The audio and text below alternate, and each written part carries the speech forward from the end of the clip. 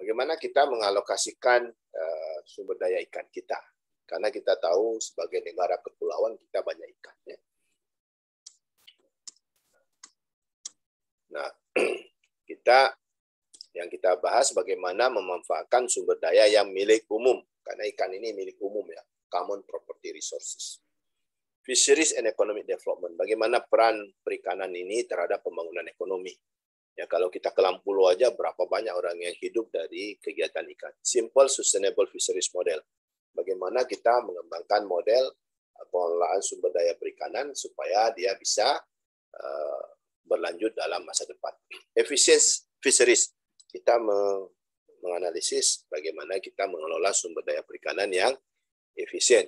Unmanaged common property fisheries. Ya, ada sumber daya yang tidak terkawal dengan baik, ya bagaimana kita kelola. Fisheries over time, nah ini yang dynamic. Ya, kalau memang tidak cukup kita tidak sampai ke dynamic, nanti kita bisa ulang lagi. Uncertainty, di dalam perikanan itu pasti ada ketidakpastian. Special fisheries, schooling and migrations. Nah ini ikan itu ada dua jenis ya, ada yang schooling, ada yang migrations. Nah ya, multi species fisheries. Kalau sumber daya ikan itu dari banyak jenis, bagaimana cara kita mengalokasikan antar waktu.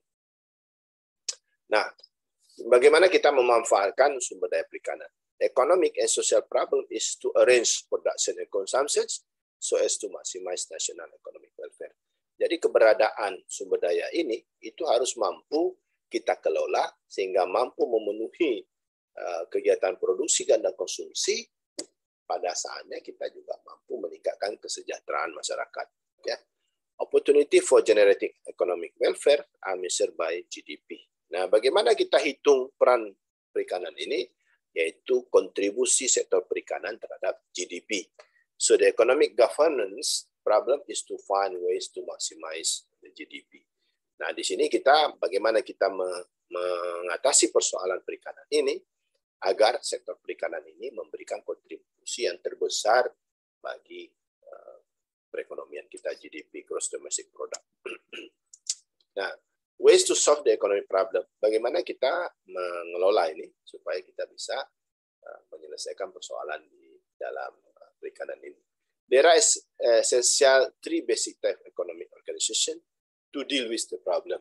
Ada 3 jenis perekonomian yang mampu mengatasi persoalan di dalam alokasi sumber daya perikanan ini. Yang pertama adalah tradisional ekonomi. Kalau perekonomian tradisional bagaimana? Komen itu adalah kalau di dunia ini masih ada itu seperti Korea Utara, Kuba, dan negara lainnya. Market ekonomi. Nah, kalau market ekonomi itu semuanya diserahkan kepada pasar. The first two generally do not solve the problem. Nah, yang 2 itu katanya tidak bisa menyelesaikan persoalan di bidang perikanan. Market system solve the economic problem under certain circumstances. Katanya kalau sistem pasar itu mampu menyelesaikannya dengan beberapa persyaratan yang dikenal dengan invisible hand. Nah, apa syarat itu? All goods traded in market. Jadi semua ikan ini diperdagangkan di pasar. Full information. Jadi katanya ada informasi yang diterima oleh pembeli dan penjual itu sama. Perfect competition, bebas orang masuk, bebas orang keluar, ada persaingan yang sempurna di pasar perikanan. The market system does not solve the economic problem in the case of common property natural resources. Nah, katanya sistem pasar ini tidak mampu menyelesaikan persoalan yang ada di dalam kasus common property, sumber daya milik umum. Nah, sumber daya milik umum ini maka sistem pasar tidak bisa menyelesaikan persoalannya. Common property natural resource are ones that are not partly owned. Nah, kita sudah belajar minggu lalu itu bagaimana hak kepemilikan. Nah, kalau milik umum, katanya sumber daya milik umum ini, nah itu tidak ada pemiliknya. Karena tidak ada pemiliknya, maka susah kita menyerahkan ke pasar. Apa contohnya? Ozone layer, ya, lapisan ozon. Common grazing land. Nah, ini ladang gembalaan, ya. Many aquatic resources. Nah, kita tahu ini banyak sumber daya perikanan kita itu termasuk dalam common property natural resources. Dan many water resources, banyak juga sumber air yang menjadi milik umum. Common property resources are not tradable. Karena dia milik umum, maka dia tidak diperdagangkan. No price and market do not work. Nah, karena tidak ada harga, maka pasar tidak bisa mengalokasikan sumber daya dengan baik. Karena pasar tidak bekerja dengan efisien. Fish stock are often, ya, katanya jumlah ikan itu termasuk di dalam sumber daya milik umum atau disebut dengan common property natural resources. The market system is not going to maximize their economic contribution to the nations. Jadi kalau sistem pasar tidak mampu untuk mengalokasikan sumber daya perikanan dengan baik, sehingga dia bisa memberikan kontribusi terbesar pada perekonomiannya, maka harus dicari penyelesaian. It is necessary to resource to special fisheries management. Maka perlu kita melakukan pengelolaan sumber perikanan. Why does the market system not work for common property natural resources? Mengapa milik umum ini tidak bisa diatasi dengan pasar? Karena itu adalah prisoner's dilemma. Nah, prisoner's dilemma itu begini, siapa yang datang lebih awal, dia mendapatkan hasil yang lebih banyak. Itu prisoner's dilemma game itu. Ini gamenya. Ya, optionnya mana? Nah, kalau si A ambil full, si B ambil full, dapat 5. Nah, tapi kalau si A full, si B prudent, hati-hati, bisa tidak sama. Jadi katanya, dilemanya itu begitu. Siapa duluan? Misalnya kalau kita nangkap ikan, kalau Bapak nak ambil, saya ambil. Maka akan terjadi lomba-lombaan. Siapa yang duluan, dia yang dapat menang. Sebenarnya kalau kita menahan diri bisa, tapi di tempat kita mana bisa menahan diri itu? Coba lihat ikan yang di pasar. Mulai yang belum sunat, baru sunat, belum sempat ta'aruf, semua diangkat. Ya, kalau tidak percaya, silakan datang ke pasar ikan. Saya selalu datang ke pasar ikan hampir tiap minggu, ya. Nah, ini persoalannya. Tapi kalau si A sama si B sama-sama prudent, berhati-hati, bisa dapat 100. Tapi tidak pernah seperti itu, ya. Nah, ini prisoner dilemma namanya. Best policy for both A and B is to fish full out. Nah, ini yang paling bagus katanya ya ambil besar-besaran. Kalau ambil besar-besaran sama-sama tidak dapat. Nah, tragedy of common. Nah, ini karena apa? Sumber daya itu sebagai tragedy of common property resource. Apa tragedy of common? Nah, ini tragedy of common itu begini ceritanya. Misalnya di daerah A itu jalannya rusak. Nah, semua ke jalan B. Nah, kita berharap orang tidak lewat di jalan B. Ternyata semua orang jalan B. Akhirnya apa? Di jalan B orang bertumpuk penuh, di jalan A orang kosong. Nah, ini tragedy of common. Ya. People misuse natural resource because of lack of private property right. Nah, ini kita sudah bahas minggu lalu. Penggunaan sumber daya ini tidak efisien karena tidak ada hak kepemilikan pribadi. Ya, ini sumber daya perikanan. Nah, kita lihat bagaimana peran sumber daya perikanan terhadap ekonomi. Ya, yang pertama, direct contribution. Kalau Bapak Ibu buka di PDB atau PDRB, maka di sana ada tuh sektor perikanan, sektor pertanian, ada subsektor perikanan. Nah, jadi ada nilainya. Itu namanya direct contribution to GDP. Ada kontribusi langsung subsektor perikanan terhadap perekonomian. Forward and backward linkages. Nah, kalau kita lihat sektor perikanan ini keterkaitan ke depan banyak, ke belakang banyak. Ke belakang apa? Bot. Bot nah mungkin kita doakan bisa keluar aja dia. Pasti ada tukang buat bot. Jaring. Nah, mungkin jaring itu bisa datang sendiri. Pasti ada pabrik jaringnya. Ada orang yang bekerja jaring. Bahan baku, tali pancing dan sebagainya. Itu banyak keterkaitan ke belakang. Ke depan apa? Restoran, transportasi, pabrik ikan, dan sebagainya. Banyak sekali yang terkait dengan perikanan ini. Jadi banyak ya. Ada keterkaitan ke depan, ada keterkaitan ke belakang. Source of economic profit. Nah, kalau Bapak Ibu mau main di perikanan, bisa menghasilkan keuntungan. Ya. Jadi bisa diinvestasikan ulang ke sektor perikanan atau ke sektor lainnya. Source of government taxation income. Nah, pemerintah juga menerima retribusi dari perikanan. Labor and employment and training, bahwa di perikanan itu banyak sekali orang yang bekerja. Dan sektor perikanan itu bisa menjadi tempat latihan bagi orang-orang untuk menjadi nelayan atau kegiatan yang terkait dengan perikanan. Jadi banyak ya sumber peranan sektor perikanan ini, tidak hanya memberikan kontribusi langsung terhadap PDB atau PDRB di kabupaten kota atau provinsi, tapi perikanan mempunyai keterkaitan ke depan dan keterkaitan ke belakang, dan perikanan menjadi sumber profit atau keuntungan bagi orang-orang yang mau menginvestasikan uangnya di sektor perikanan. Dan source of government taxation, bahwa perikanan itu menjadi sumber penerimaan negara, sumber penerimaan daerah, and labor employment, bahwa perikanan itu bisa menjadi tempat latihan, ya, latihan dan tempat kesempatan kerja di perikanan. Nah, ini contoh ya, direct contribution ini bisa dibaca aja bahwa ada profit di sana, ada upah, ada tenaga kerja dan sebagainya. Nah, jadi dia perikanan ini ada keterkaitan ke belakang sebagai inputnya, ada keterkaitan ke depan sebagai output. Kita tahu ikan itu juga akan menjadi input bagi kegiatan lain seperti restoran, pabrik ikan, pabrik bakso dan sebagainya. Jadi dia mempunyai keterkaitan ke belakang dan ke depan. Nah, ke belakang apa saja dia? Ada input.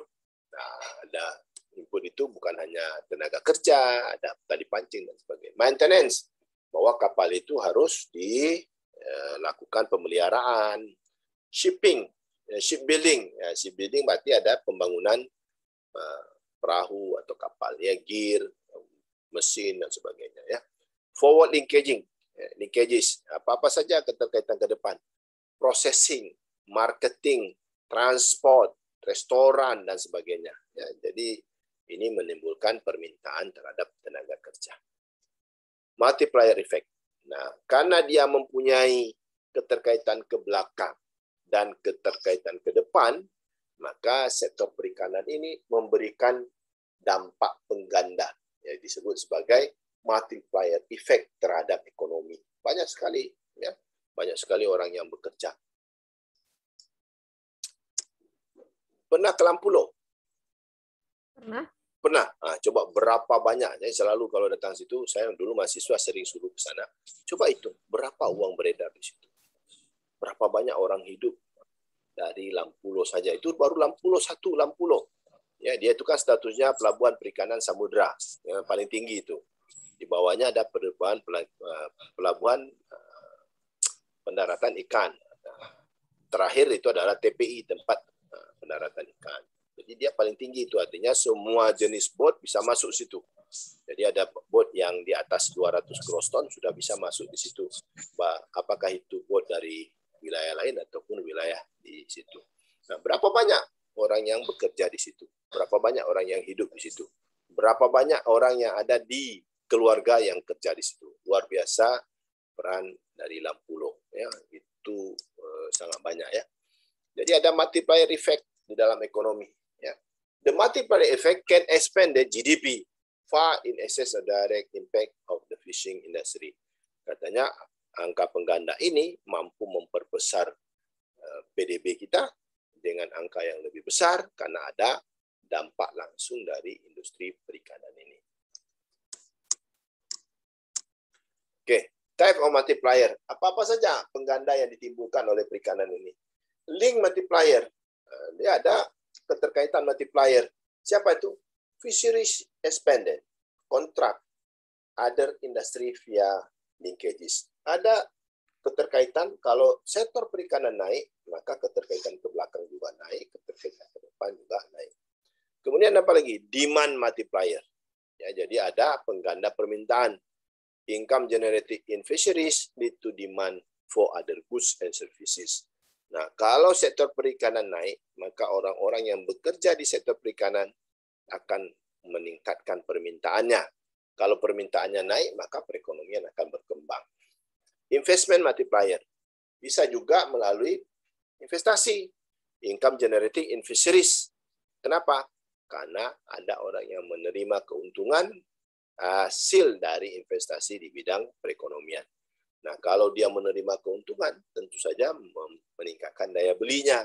Kalau daya belinya naik, maka pertumbuhan ekonomi bisa menjadi lebih besar. Nah, size of multiplier. Nah, berapa besar angka pengganda ini?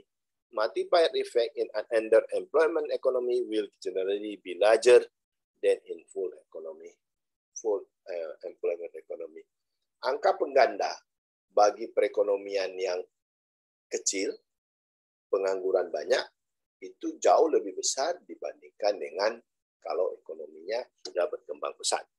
Multiplier effect in a vibrant economy will generally be larger than in stagnant economy. Kalau angka pengganda ini terjadi dalam perekonomian yang bergerak cepat, maka angkanya lebih besar dibandingkan perekonomian yang sudah memang maju, stagnan ya, tidak mau berkembang lagi. Ya. Makanya di negara berkembang, pembangunan sektor perikanan ini bisa menimbulkan dampak yang jauh lebih besar dibandingkan dengan negara yang atau daerah yang sudah maju. When fisheries are rationalized, ya, apabila sumber daya perikanan ini dilakukan rasionalisasi, there will be reduced demand for input. Nah, rasionalisasi itu bisa misalnya ya di utara dan timur Aceh, maka harus ada pengurangan. Pengurangan apa? Pengurangan jumlah perahu, pengurangan jumlah nelayan. Kenapa? Karena di daerah itu sudah terjadi overfishing. Ya, terutama untuk perikanan yang dekat-dekat. Ya, kalau perikanan lepas masih bisa. Multiplier effect in developing a new fishery will generally be larger than when rationalizing an existing fisheries. Ya, jadi angka pengganda di daerah yang baru berkembang itu lebih besar dibandingkan dengan daerah yang lain. Nah, ini kita bisa lihat contoh ya. Kalau rationaling itu adalah downsizing, mengurangi jumlah nelayan, mengurangi jumlah yang lain ya. Bisa dilihat di situ, nanti dibaca sendiri. Capital accumulation. Nah, di dalam sektor perikanan itu bisa terjadi akumulasi modal. Ya. Kenapa? Misal ya, seorang yang mempunyai 2 kapal, kalau dia berkembang bisa menjadi 4 kapal, 6 kapal, dan seterusnya. Nah, penambahan kapal ini disebut sebagai akumulasi modal. Nah, kalau terjadi akumulasi modal, tentu saja perekonomian akan semakin berkembang. Ya. Profit generated in the fishery can be invested and thus launch the economy onto a new growth path. Nah, katanya hasil dari sektor perikanan ini bisa diinvestasikan sehingga bisa mendorong pertumbuhan ekonomi. Ya, nah ini contohnya ya, bisa naik dampak dari perikanan ini bisa menimbulkan perekonomian yang lebih besar.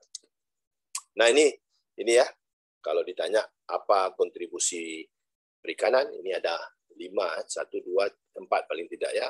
Direct contribution secara langsung kita lihat dari PDB-nya, linkages, keterkaitan ke belakang dan ke depan, multiplier artinya ada angka pengganda yang disebabkan oleh kegiatan perikanan ini. Dan yang terakhir adalah growth effect atau efek pertumbuhan karena ada peningkatan kegiatan di sektor perikanan, maka itu bisa menimbulkan pertumbuhan ekonomi yang jauh lebih besar. Ya. Other important considerations, ada pertimbangan lain. Fisheries are source of taxation, bahwa perikanan itu menjadi sumber penerimaan negara. Fisheries are source of foreign exchange. Perikanan itu menjadi sumber valuta asing. Nah, ya, fisheries source of perikanan juga sumber pendidikan, know-how, teknologi, labor training, tempat orang belajar, entrepreneurship. Nah, ada orang-orang yang bisa mengembangkan kegiatan di bidang wirausaha di bidang perikanan. Bapak Ibu sekalian bisa misalnya ya mau menjadi toke bangku ya silakan. Banyak loh uang di perikanan itu, jangan kita pikir tidak ada ya. Nah, ada mahasiswa alumni dari UGM S2 ekonomi jadi nelayan. Waktu itu saya baca di Kompas, beliau mendapatkan omset per bulan itu 20 miliar. Dahsyat sekali omset dari sektor perikanan. Simple sustainable fishery modeling. Ini bagaimana kita melakukan pemanenan, pengambilan ikan untuk yang model sederhana. Simple aggregate fishery model. Kalau aggregate ini kita anggap bahwa model ikannya sama semua. Sufficient to understand the essential of fisheries problem. Supaya kita bisa tahu bagaimana kita mengambil perikanan ini sehingga tidak menimbulkan persoalan di generasi yang akan datang. Ya, nah ini kita hitung sebagai apa nih? Biomass growth function. Ini adalah tingkat pertumbuhan ikan. Nah, di sini ada tingkat maksimum, di sini dia baru mulai di bawah, di sini dia mau punah. Nah, jadi tidak boleh tangkap ikan di bawah ini, tidak boleh ya. Tidak boleh tangkap ikan di bawah ini. Kenapa? Kalau tangkap ikan di bawah ini dia musnah. Kalau di sini juga tidak boleh, dia hilang, habis ya. Nah, ini adalah pertumbuhan maksimum. Nah, sebenarnya di tempat kita ada kebijakan melarang orang melaut hari Jumat, malam Jumat itu bagus. Ya. Karena ikan bisa mengalami regenerasi ya. Ini pertumbuhan ikan. Ya, jadi dalam teorinya kalau kita tangkap ikan dengan pertumbuhan yang tidak melebihi jumlah pertumbuhan ikan itu, maka ikan itu akan sustain ya, akan berlanjut. Ini kita lihat effort. Ini effort ini berapa besar usaha kita untuk mendapatkan ikan ya. Oke. Nah, ini karena hampir waktu habis, minggu depan kita kita sambung lagi.